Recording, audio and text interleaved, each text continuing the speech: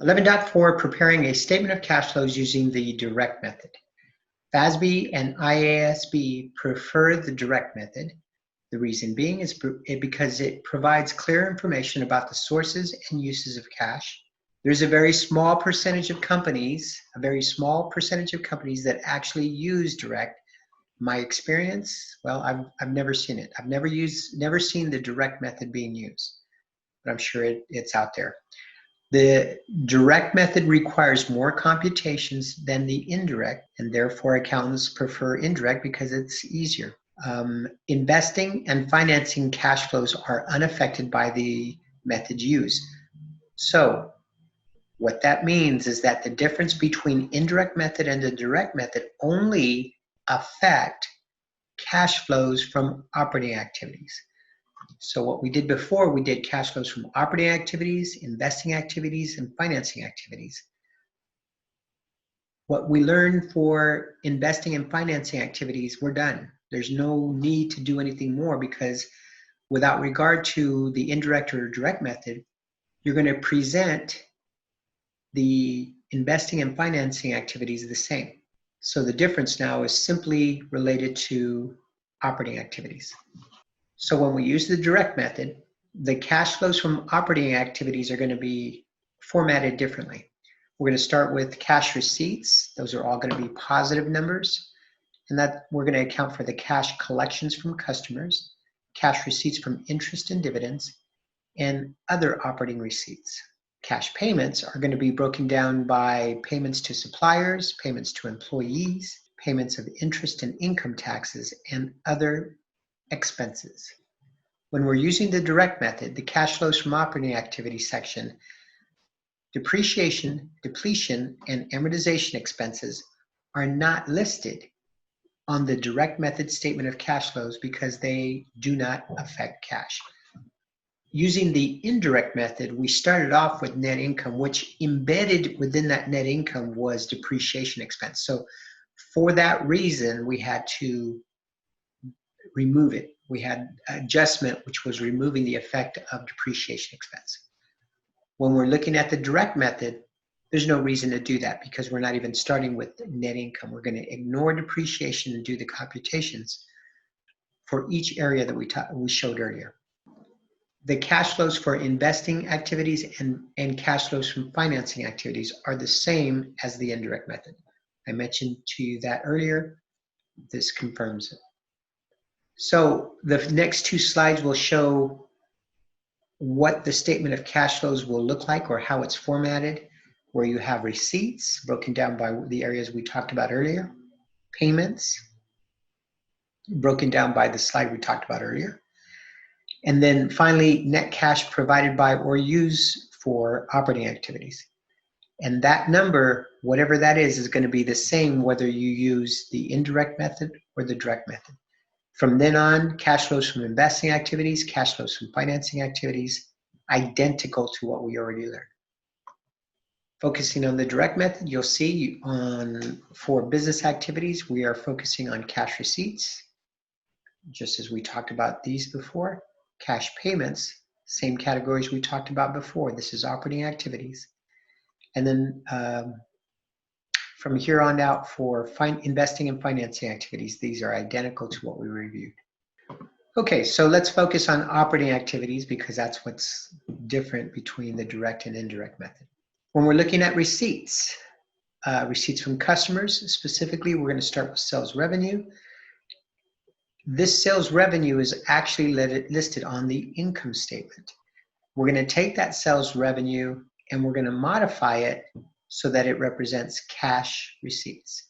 That means we're going to look at first the sales revenue reported on the income statement, then we're going to either add or subtract based upon whether accounts receivable decreased or increased.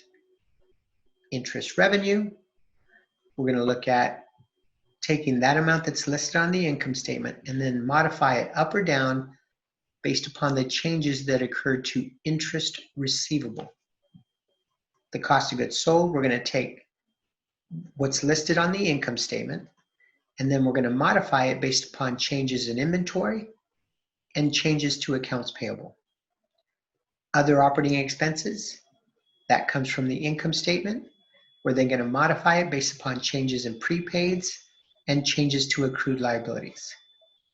Salary and wages expense, we're going to take that from the income statement, make modifications of it based upon changes to wages payable. Interest expense, we'll take that from the income statement and modify it based upon changes to interest payable. And finally, income tax expense, we'll take that amount that's reported on the income statement and make changes to it based upon changes to income tax payable. So we'll go back to the income statement for TRRS. This is the same income statement we used for the indirect method. And this just refresh our memories of what amounts are listed on it. We then look at the balance sheet. This is again the same that what we looked at before for the indirect method. And we've already computed the changes. So therefore we know what we need to do. So the best way of learning how to prepare these statements is to just do it. So let's go ahead and go through the process of creating the statement of cash flows using the direct method based upon this information.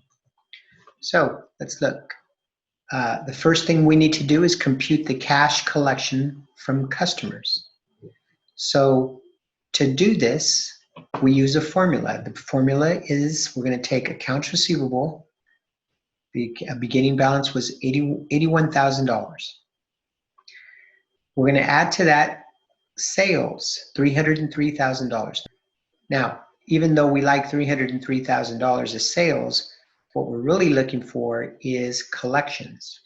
So if we have a beginning balance in accounts receivable, we add to that $303,000 in sales, we're going to subtract any collections of what we receive from it, and then we have an ending balance.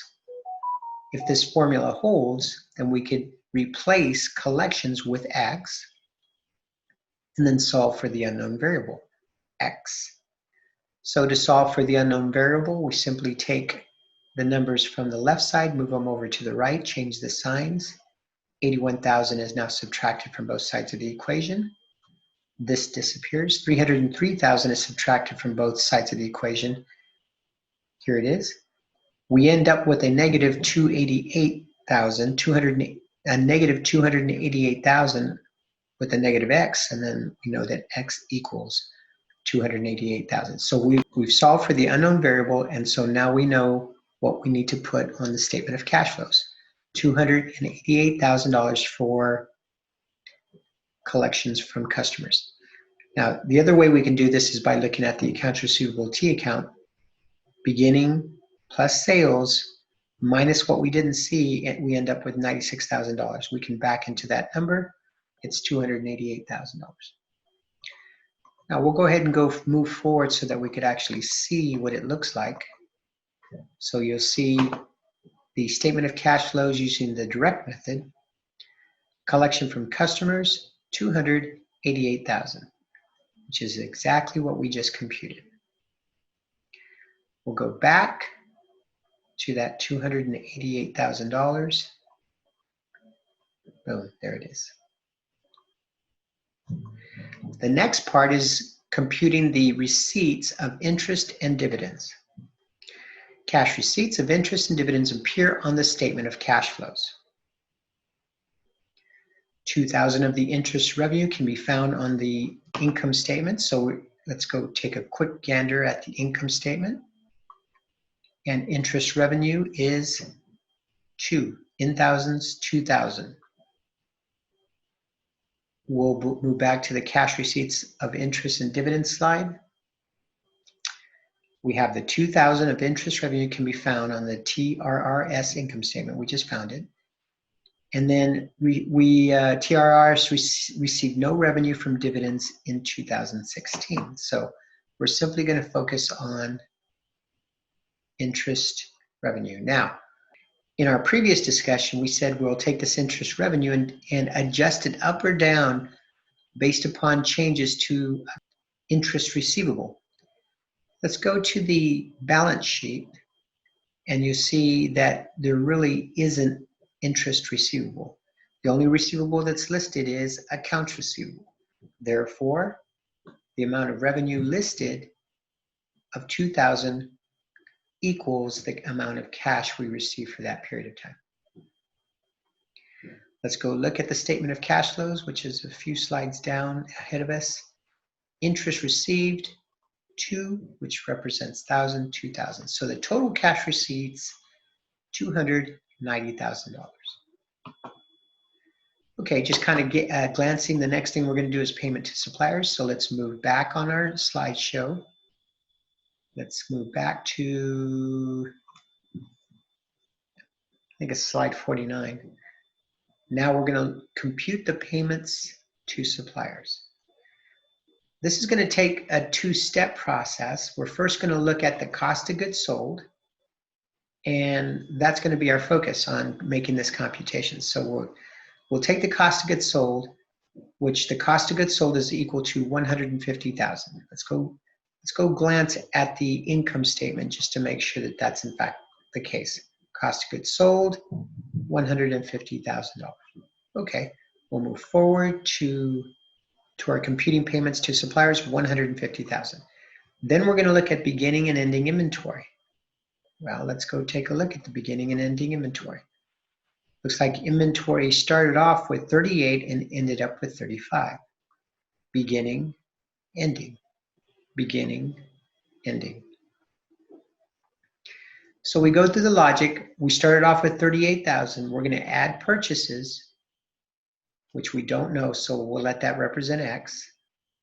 We'll subtract any ending inventory, and that's going to give us the cost of goods sold.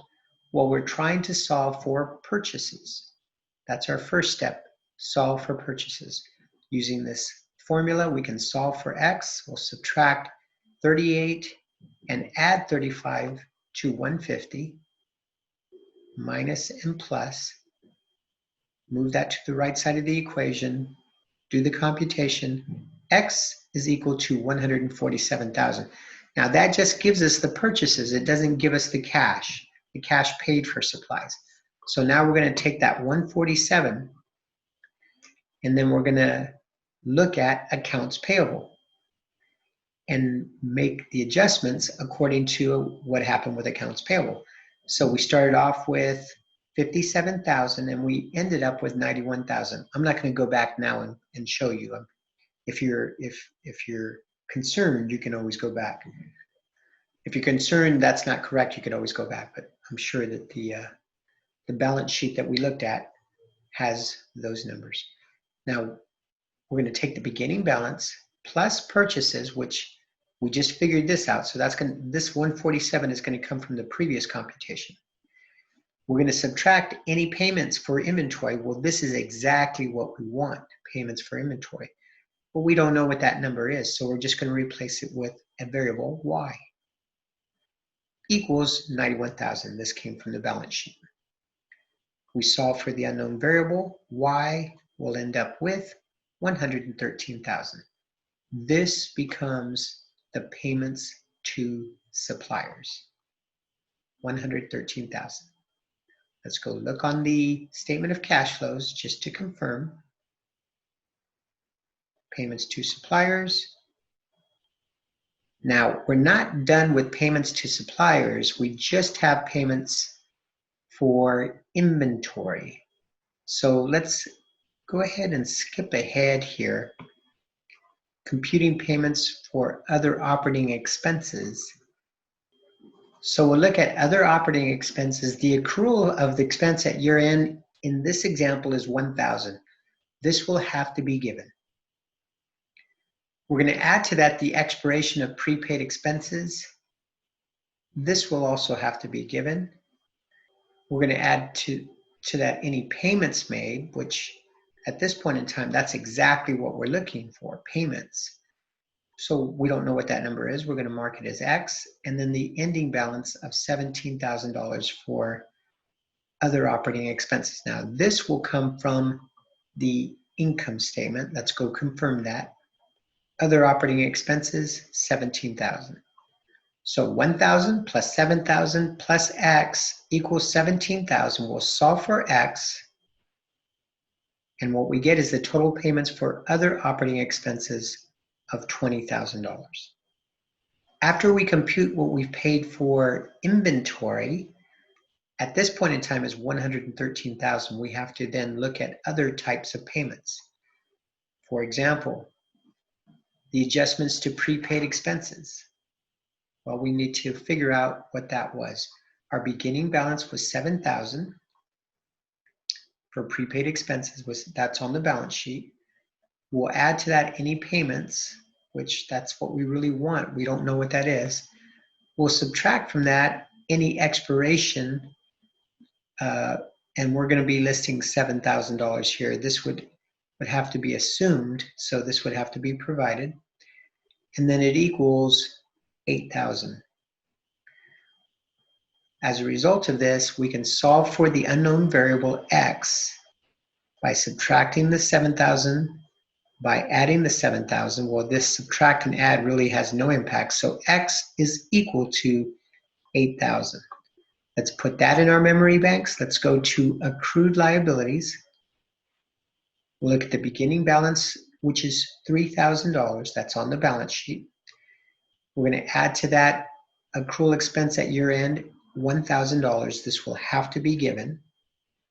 We're going to subtract from that payments, which that's exactly what we're looking for, and we don't know. That's the unknown variable, X, equals the ending balance of $1,000. That's on the balance sheet as well. We solve for X. X is equal to 3,000. So now let's look at other operating expenses. Accrual of expense at year end, that's $1,000. That's going to have to be given, and it's actually given in the previous computations. Accrued liabilities, 1,000, that's assumed. We're going to add to that the expiration of prepaid expenses. This was also assumed and given in computing prepaid expenses. And then we're looking for payments. So the other operating expenses ending balance is $17,000. So, and by the way, this is on the income statement. We're going to solve for X. X is equal to $9,000. Therefore, what we computed initially, $8,000, that's the ending balance for prepaid expenses.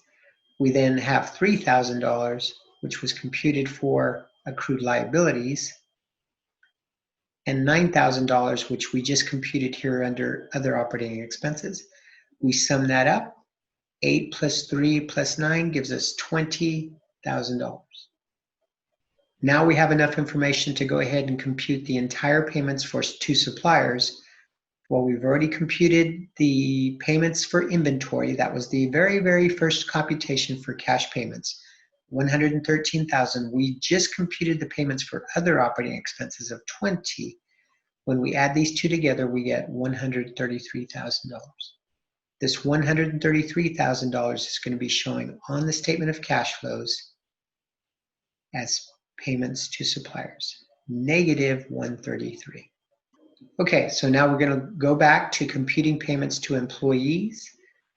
This will be a little bit easier. We're going to start off with the beginning balance of salary and wages payable. The beginning balance was $6,000. That's on the balance sheet. We're going to add to that the salary and wages expense of $56,000. This is on the income statement. We're going to subtract from that the payments. This is exactly what we want, so we don't know what that number is, so we're just going to replace that with an X. And that equals the ending balance of salary and wages payable, which is $4,000. We solve for the X. X equals $58,000. You can see how the impact would be on the salary and wages payable T account. Beginning 6, adding $56,000 as a credit.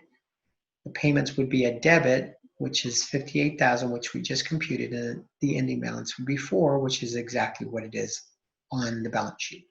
So this confirms that payments to employees are $58,000.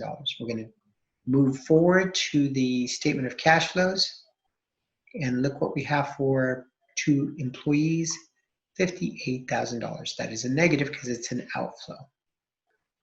Finally, we're going to be given operating activities, other items, which include sales on credit, which we've already used that, collections from customers, we use that. All the way down, we've pretty much used these items. We do want to go all the way down to income tax. An asterisk with income tax. Well, let's see what the asterisk means. Indicates a cash flow to be reported on the statement of cash flows. What that means is that $15,000 is reported on the income statement, and there is no beginning or ending balance for income tax payables. So therefore, what is shown on the income statement must be equal to the cash outflow. So we can take a look. Payments for income tax, negative $15,000. Let's go back one slide. Another asterisk, number 12, interest expense and payments, $7,000. Well, if you look on the balance sheet, there is no interest payable, so there's no beginning or ending balance. Therefore, what is listed as an expense must be equal to the amount of cash flow. Therefore, we're going to use that dollar amount to represent payments for interest, negative $7,000. We're going to sum up all the negatives. All the negatives together equal a total of $213,000. Total cash receipts was $290,000.